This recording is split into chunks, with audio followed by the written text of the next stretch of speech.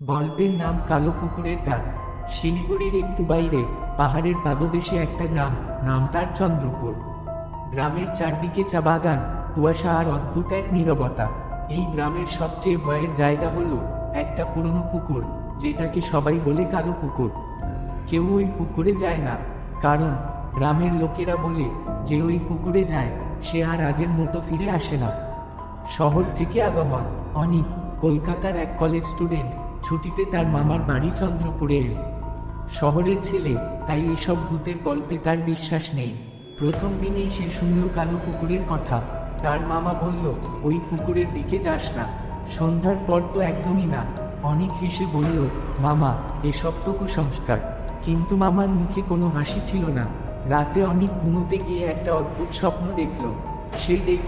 সে একটা পুকুরের ধারে দাঁড়িয়ে আছে, চারপাশে কুয়াশা, পুকুরের জল একদম কালো, যেন কিছু একটা নিচে লুকিয়ে আছে। হঠাৎ জল থেকে একটা হাত বেরিয়ে এল আর তাকে টানতে লাগলো। অনেক চিৎকার করে ঘুম ভাঙল। ঘাম ভেজা শরীর নিয়ে সে বসে পড়ল। দূরে কোথাও যেন জলের শব্দ শোনা যাচ্ছিল। পরদিন সে গ্রামের এক বৃদ্ধের সাথে দেখা করলো, নাম হরিপদ কাকা। অনেক তাকে জিজ্ঞেস করলো, কালো পুকুরে আসলে কি আছে? হরিপদ কাকা চুপ করে রইল কিছুক্ষণ, তারপর বলল, অনেক বছর আগে ওই পুকুরে একটা মেয়ে ডুবে মারা যায়। তারপর থেকেই ওখানে কিছু আছে, কি যা ডাকে আর মানুষকে নিয়ে যায়। অনেক হেসে উড়িয়ে দিল। সেই রাতেই অনেক ঘরের বাইরে থেকে একটা শব্দ শুনল। অনেক, সে চমকে উঠল, কেউ তার নাম ধরে ডাকছে। সে জানালা খুলে তাকালো, বাইরে কেউ নেই। আবার সেই ডাক, অনেক, এখানে আসো। এইবার শব্দটা যেন পুকুরের দিক থেকে আসছে। অনেকের বুকের মধ্যে একটা অদ্ভুত টান অনুভব হলো। সে দরজা খুলে বাইরে বেরিয়ে গেল। কালো পুকুরের সামনে কুয়াশার মধ্যে দিয়ে হাঁটতে হাঁটতে সে পৌঁছে গেল কালো পুকুরের কাছে। চাঁদের আলোয় পুকুরটা সত্যি অদ্ভুত লাগছিল। জল যেন নড়ছে, কিন্তু বাতাস নেই। হঠাৎ সে দেখল পুকুরের মাঝখানে একটা মেয়ের ছায়া দাঁড়িয়ে। লম্বা চুল, মুখ দেখা যাচ্ছে না। সে হাত তুলে ইশারা করলো, এসো। অনেক যেন নিজের ইচ্ছায় নয়, পুকুরের দিকে এগোতে লাগলো। হঠাৎ পিছন থেকে কেউ তার হাত চেপে ধরলো। কোথায় যাচ্ছিস? হরিপদ কাকা। অনেক যেন ঘর থেকে বেরিয়ে এল। সে দেখল সে পুকুরের একদম ধারে দাঁড়িয়ে ছিল, আর এক পা বাড়ালে হরিপদ কাকা তাকে টেনে নিয়ে গেল।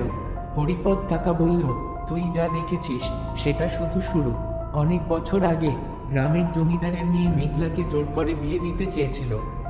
মেঘলা রাজি ছিল না। এক রাতে সে পালিয়ে এসে এই পুকুরে ঝাঁপ দেয়।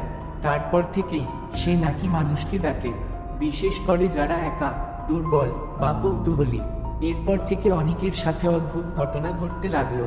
সে যেখানে যায় জলের শব্দ শুনতে পায়, আয়নায় নিজের পিছনে কারো ছায়া দেখে। রাতে ঘুমোতে গেলে মনে হয় কেউ তার পাশে বসে আছে। একদিন সে দেখল তার হাত ভিজে, অথচ সে জল ছোঁয়নি। অনেক ঠিক করলো সে সত্যটা জানবে। সে আবার রাতে পুকুরের কাছে গেল। এইবার সে একা। পুকুরের জল হঠাৎ ফেটে উঠল।